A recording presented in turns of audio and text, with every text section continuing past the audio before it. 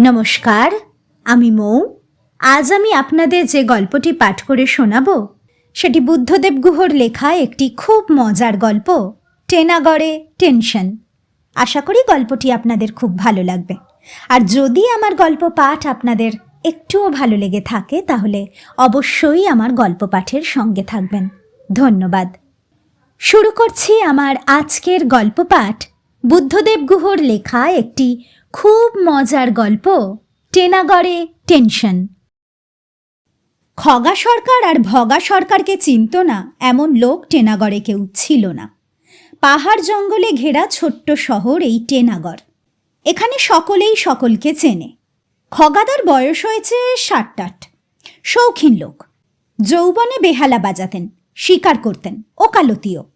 পিতৃপুরুষের সম্পত্তি ছিল বিহারের নানা জায়গায়, তাই খেটে খেয়ে তিনি জনগণের সামিল হতে চাননি।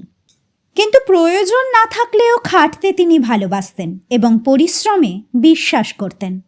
খগাদার ভাই ভগাদার বয়স 30-30 হবে। টেনাগড়ে তিনি প্রায়ই নানা ধরনের খবরের সৃষ্টি করে থাকেন। লোকটি ভালো। খগাদা এখন রিটায়ার্ড। ইদানিং চটের উপরে গুণ ছুঁচে রঙিন সুতো পরিয়ে সদা সত্য কথা বলিবে, ভগবান ভরসা, যাকে রাখো সেই রাখে ইত্যাদি লিখে লিখে বস্তির লোকেদের সেগুলো দান করেন। মাঝে মাঝে কাহার বস্তির অনিচ্ছুক শুয়োরগুলোকে ধরে এনে কুয়োতলায় তাদের জবরদস্তি সাবান মাখান। সন্ধেবেলায় ওর বাড়িতে ভজন গান হয়। সকালে দাতব্য হোমিওপ্যাথি চিকিৎসা করেন। খগাদার ডিসপেন্সারিতে লোমোঠা পথের কুকুর, কুঁজে ঘা হওয়া বলদ এবং হাড্ডিসার মানুষ সকলেই চিকিৎসার জন্যে আসে এবং আশ্চর্য, কেউ কেউ ভালোও হয়ে যায়। খগাদা কৃতদার, ছেলে মেয়েও কেউ নেই। ভগাদা বিয়েই করেননি। 2 ভাইয়ের শুনশান্নাটা সংসার। থাকবার মধ্যে একটা অ্যালসেশিয়ান কুকুর, তার নাম মোহিনী। চাকর বাকর আছে, গাই বয়েল, খেতি খামার, খিদমতগার। আর আছে বারান্দার দাঁড়ে বসা একটা কুৎসিত কাকাতুয়া, ভগাদার আদরের পাখি। কুকুরটাও আদরের। কাকাতুয়াটাকে ভগাদা আদর করে ডাকত কাকু বলে। আমরা বলতাম কাঁতিয়া পিরেত। ওদের বাড়ি ঢুকলেই কাকাতুয়াটা বলে উঠত, ভাগো হিয়াসে, ভাগো হিয়াসে। খগাদা আধুনিক কবিতা, পশুপালন, বাজরা, মকাই, তাইচুং ও RR8 ধান, ভগাদার ভবিষ্যৎ ইত্যাদি তাবৎ বিষয় নিয়ে আমাদের সঙ্গে জোর আলোচনা করতেন এবং গলার জোর বাড়ানোর জন্যে তেজপাতা, আদা, এলাচ দেওয়া গোরখপুরি কায়দায় বানানো চা ও ভৈষা লোটনের জঙ্গল থেকে আনানো খাঁটি ঘিয়ে ভাজা সেওই খাওয়াতেন। সেদিন সকালে খগাদার বসবার ঘরে ঢুকতেই দেখি খগাদার মুখ গম্ভীর, থমথমে। গুনছুঁচ ঢুকে গেছে কি বুড়ো আঙুলে? বীরু নিজের বুড়ো আঙুল দেখিয়ে বলল, খুব লেগেছে। খগাদা বললেন, লেগেছে, তবে আঙুলে নয়, হৃদয়ে হৃদয়ে। ঢোক গিলে বললাম, স্ট্রোক, মাইল্ড অ্যাটাক। খগাদা বললেন, তার চেয়েও মারাত্মক। আমরা বসে পড়ে সমস্বরে বললাম, কি? হ্যাঁ, তবে কি? খগাদা বললেন, চুরি। কোথায় কোথায় চোর কোথায়? কি কি চুরি? বলে আমরা প্রায় চিৎকার করে উঠলাম। এমন সময় ভগাদাকে দেখা গেল একটা লাল রঙের শর্টস পরে, কাবুলি জুতো পায়ে, খালি গায়ে কাকাতুয়াটাকে খাওয়াচ্ছেন নিজে হাতে, বারান্দায় এসে। খগাদা আঙুল দেখিয়ে বললেন, ওই যে কালপ্রিট, ওই দাঁড়িয়ে আছে সশরীরে, সহদর আমার, সাক্ষাৎ লক্ষণ। আমাদের খারাপ লাগলো, বিশ্বাসও হলো না। আপন ভাই কখনো চুরি করতে পারে? খগাদা কি বলছে বুঝতে না পেরে ভগাদা সাঁ করে বারান্দা ছেড়ে সরে গেল ভিতরে। ধরে থাকা খাঁচাটা হঠাৎ ছেড়ে দেওয়ায় কাকাতুয়ার খাঁচাটা জোরে নড়ে উঠল। কাকাতুয়াটা বলল, কাঁচকলা খা, কাঁচকলা খা। ভগাদাকেই বলল বোধহয়। খগাদা আস্তে আস্তে বললেন, গত শনিবার রাতে এ বাড়িতে যত কাঁসার ও রূপোর বাসন ছিল সব চুরি করে নিয়ে গেছে চোরে। শুনেছ তোমরা? বীরু বলল, সে কি, বাড়িতে বন্দুক ছিল না? আমি বললাম, অত বড় অ্যালসেশিয়ান কুকুরও তো ছিল। ছিল। খগাদা বললেন, ছিল, সবই ছিল, কিন্তু বন্দুক রাখা ছিল গ্রিজ মাখানো অবস্থায় বেহালার বাক্সে, আর কুকুর মজাসে ঘুমোচ্ছিল। আমরা বোকার মতো বললাম, কুকুর ঘুমোচ্ছিল মানে? তাহলে আর বললুম কি? খগাদা শখেদে বললেন। তারপর আবার বললেন, যে বাড়িতে কুকুর ঘুমোয় সে বাড়িতে চুরি হবে না? এরপর গড়গড়ায় গয়ার তামাকে দুটো টান দিয়ে বললেন, বুঝলেন ভাইয়ারা, রোজ রাতে পড়াশুনো করি, আর শুনতে পাই বারান্দায় মোহিনীর পায়ের পায়ে জোরের আওয়াজ। মোহিনীকে ভগা পায়ে জোর বানিয়ে দিয়েছিল। পা ফেললেই ঝুমুর ঝুমুর করে বাজে, আওয়াজ শুনতে পাই, কিন্তু 11টা বাজলেই দেখি আওয়াজ থেমে যায়। একদিন মনে সন্দেহ হওয়াতে পা টিপে টিপে ভগার ঘরের সামনে গিয়ে দেখি ভগা মশারির মধ্যে অগরে ঘুমোচ্ছে, আর মেঝেতে শুয়ে মোহিনীও দিব্যি নাক ডাকাচ্ছে। আমি ডাকলুম, ভগা! তাতে কে কে কে কে রে বলেই ভগা উঠে বসে জানলার ধারে আমায় দেখতে পেয়েই ঘুমন্ত মোহিনীর পেটে মারলে ক্যাক করে এক লাথি। ঘুম ঘরে লাথি খেয়ে মোহিনী তো মারলে বা অথ্র। বীরু বলল, আর ভগাদা? ভগাদা? ভগাদা বলে খগাদা বিদ্রুপের হাসি হাসলেন। বললেন, ভগা আবার তক্ষুনি শুয়ে পড়ল। তারপর বললেন, তোমরাই বলো, এ বাড়িতে চুরি হবে না তো কোন বাড়িতে হবে? আমরা সত্যিই বড় চিন্তায় পড়লাম খগাদার জন্যে, সরি ভগাদার জন্যে। আসলে ভগাদা মাঝে মাঝেই আমাদের এবং খগাদাকে ঝামেলায় ফেলতেন। একদিন কলেজ থেকে বাড়ি ফিরেই শুনলাম খগাদা আমাদের জরুরি তলব দিয়েছেন। আমরা দৌড়ে গেলাম, দেখি খগাদার অবস্থা খুব খারাপ। কোলে রাসেলের কনকোয়েস্ট অব হ্যাপিনেস বইখানা আধখোলা পড়ে আছে, আর খগাদার চোখের কোণে জল চিকচিক করছে। বীরু বলল, খগাদা, কি দুঃখ কিসের? খগাদা বললেন, আর কি, একমাত্র ভাইটাকে বুঝি হারালাম এবার। কি হয়েছে? কি হয়েছেটা কি?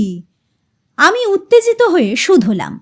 খগাদা বললেন, ভগা আর ওর বন্ধু গিদাইয়া পদ্মার রাজার বিলে হাঁস মারতে গেছে। সেই ভোর 4টে বাড়িতে মশলা বাটতে বলে গেছে।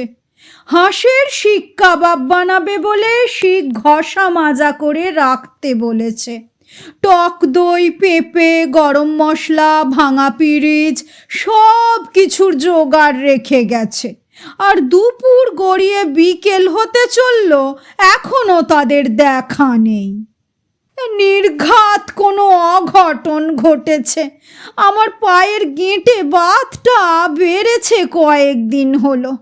আজ আবার অমাবস্যা, রোজ রসুন খাই, তবু ব্যথা যায় না।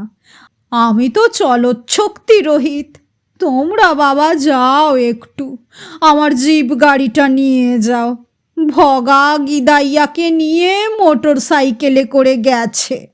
বীরু বলল, নো প্রবলেম, আপনি চিন্তা করবেন না খগাদা, আমরা বন্দোবস্ত করছি। তার আগে আমি চট করে পোস্ট অফিস থেকে রাজবাড়ির ম্যানেজারকে একটা ফোন করে খবর নিয়ে নিই। তাকে আমি চিনি, আমার কাকার বন্ধু। খগাদা বললেন, বাস বাস বাস, তাহলে তো কথাই নেই। এই নাও টাকা নিয়ে যাও। বলেই কোমরের গেঁজ থেকে একটা লাল রঙের নাইলনের মোজা বের করে তার থেকে একটা 10 টাকার নোট দিলেন বীরুকে। বীরু আমাকে বলল, তুই থাক। খগাদা নিডস কোম্পানি। খগাদা বললেন, বুঝলে ভায়া, আজ কত কথাই মনে পড়ছে। ভগা যখন হাসপাতাল থেকে মায়ের সঙ্গে বাড়ি এলো, তখন ওকে দেখতে একেবারে বাচ্চা একটা খরগোশের মতো ছিল। কি গাবলু গুবলু, তার উপর আবার খিলখিল করে হাসতো। আমার চেয়ে কত ছোট, কিন্তু পড়াশোনা করলো না, কিছুই করলো না। জীবনটাকে নষ্ট করলো পাখি আর কুকুর নিয়ে। আমি এখন ওর মা, ওর বাবা, ওর দাদা সব। কি বিপদ হলো কে জানে। বিলে কি ডুবে মরলো নাকি সাপে কামড়ালো। একটু পর ক্রিং ক্রিং করে সাইকেলের ঘন্টি বাজিয়ে চাকায় ক্রিস শব্দ তুলে বীরু ফিরল। খগাদা একবার দাঁড়াবার চেষ্টা করেই মুখ বিকৃত করে ও মাগো বলে পায়ের ব্যথায় বসে পড়লেন। বসেই বীরুর মুখের দিকে চেয়ে বললে, খবর পেলে? খবর পেলে? বীরু অধবদনে দাঁড়িয়ে গম্ভীর মুখে বলল, কি? কি? খগাদা চিৎকার করে উঠলেন। তারপর বললেন, বলে ফেলো, বলে ফেলো, সোজাসুজি বলে ফেলো। আছে না নেই? তারপরই দীর্ঘশ্বাস ফেলে বললেন, ভগারে, আমার ভগা বাবু, ভগা বাবু। বীরু বলল, ভগাদা আছে, কিন্তু রাজার কয়েদখানায়। হোয়াট? বলে খগাদা আবার উঠে দাঁড়াতে গিয়েই, ও গেছি গেছি গেছি বলে বসে পড়লেন। তারপর হাতের কনকোয়েস্ট অব হ্যাপিনেসটাকে মাটিতে ছুঁড়ে বললেন, হোয়াই? How come? বীরু বলল, বিলের ধারে রাজার পোষা হাতি চড়ছিল, ভগাদা তাকে গুলি করেছে। হাতিকে? গুলি? পাখি মারা ছড়রা দিয়ে? Impossible, impossible. নিশ্চয়ই অ্যাক্সিডেন্ট। তা বলে কয়েদখানায়? খগা সরকারের ভাই কয়েদখানায়? বীরু, বীরুর কাকা ও আমি যখন খগাদার জিপ নিয়ে পদ্মার রাজার কয়েদখানা থেকে 25 টাকা জরিমানা দিয়ে ভগাদা, গিদাইয়া আর মোটর সাইকেলটাকে ছাড়িয়ে আনলাম, তখন রাত হয়ে গেছে। আসবার পথে বীরু বলল, ভগাদা, কি করে এমন হলো?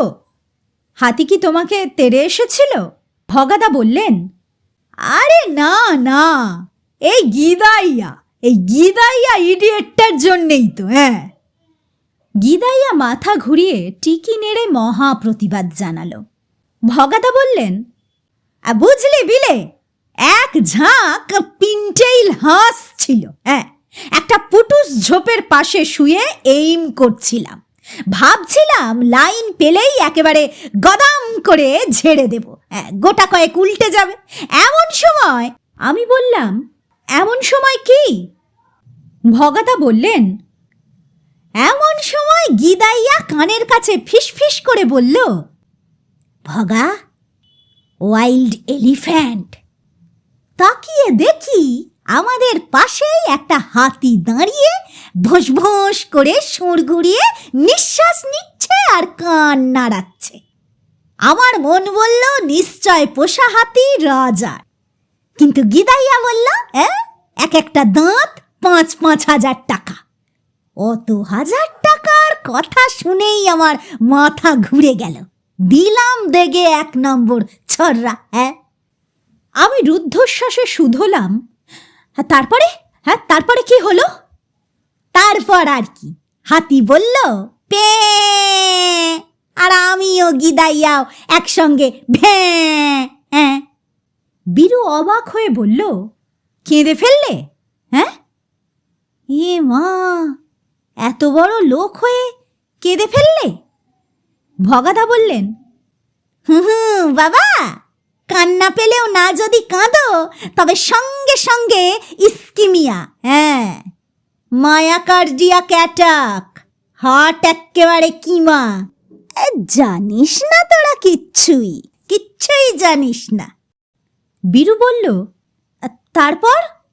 তারপর আর কি, হাতি এসে ঘাড়ে পড়ার আগেই মাহুত আর রাজার পেয়াদা এসে ঘাড়ে পড়ল, হ্যাঁ, বন্দুক কেড়ে নিল। আর কি রদ্দা, কি রদ্দা, কি রদ্দা। হাতিটাকে কোথায় মেরেছিলেন? আমি শুধলাম। ভগাদা বললেন, এইম করেছিলাম কানের পাশেই নিয়ম মাফিক। গিদাইয়া এতক্ষণ পর কথা বলল, কিন্তু কুল্লে 4 দানা আর ছড়রা গিয়ে লেগেছিল হাতির সামনের পায়ে গোড়ালিতে। হ্যাঁ। ভগাদা চটে উঠে বলল, ইউ শাট আপ, দোস্ত নয়, যেন সাক্ষাৎ দুশমন। এই ঘটনার কিছুদিন পরেই খগাদা আমাদের নিমন্ত্রণ করে খুব একচোট খাওয়ালেন। ভগাদা চাকরিতে জয়েন করেছেন, অর্ডার সাপ্লাইয়ের ব্যবসা, নিজেই চেষ্টা চরিত্র করে জোগাড় করেছেন। এতদিনে ভাইয়ের একটা গতি হলো, সকলেই খুশি, আমরাও। ভগাদা রোজ সময় মতো প্যান্ট আর হাওয়াইন শার্ট পরে অফিস যান। দিন 15 বাদে খগাদা আবার আমাদের জরুরি তলব দিলেন। গেলাম, বুঝলাম আবার কেস গড়বড়। খগাদা বললেন, আবার একটা উপকার করতে হবে। হ্যাঁ। আমরা বললাম, বলুন, কি করতে পারি বলুন। ভগাদা কি আবার কোনো ঝামেলা? খগাদা বললেন, শোনো আগে শোনো। চাকরি করছিল ভগা, খুশি ছিলাম কত, কিন্তু গত কয়েকদিন অফিস যাচ্ছিল না। প্রথমে বলছিল পেটে ব্যথা আর নাক্স ভূমিকা 30 দিলাম। তারপর বলল রাতে ঘুম হয় না, কালিফস দিলাম, তাতে ভোঁস ভোঁস করে ঘুমোবার কথা। কিন্তু সমানে কড়িকাঠের দিকে চেয়ে ভায়া আমার শুয়ে থাকে। হ্যাঁ, কথাও বলে না আর খায়ও না। তারপর ওআরএস বল, কাল থেকে পলাতক, কোথায় যে চলে গেল না বলে কয়ে। বীরু হঠাৎ বলল, চাকরির ব্যাপার একটু খোঁজ করলে হতো না?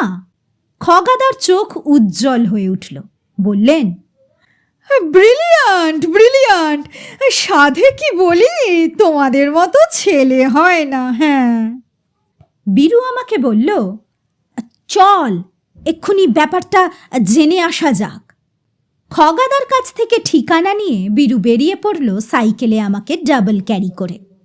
সবজি মন্ডির পাশে মসজিদ, মসজিদের থেকে খানিকটা দূরে কালু মিয়ার কাবাবের দোকান, তার পাশে একটা ছোট দোকান ঘর, সবুজের উপর সাদায় লেখা সাইনবোর্ড ঝুলছে, ইন্টারন্যাশনাল সাপ্লায়ার্স। কিন্তু সেই আন্তর্জাতিক প্রতিষ্ঠানের কেরোসিন তেলের টিন দিয়ে তৈরি দরজাটাতে একটা মস্ত বড় তালা ঝুলছে। আমরা মুখ চাওয়াচাই করলাম সাইকেল থেকে নেমে। ইন্টারন্যাশনাল সাপ্লায়ার্সের উল্টো দিকে একটা দর্জির দোকান।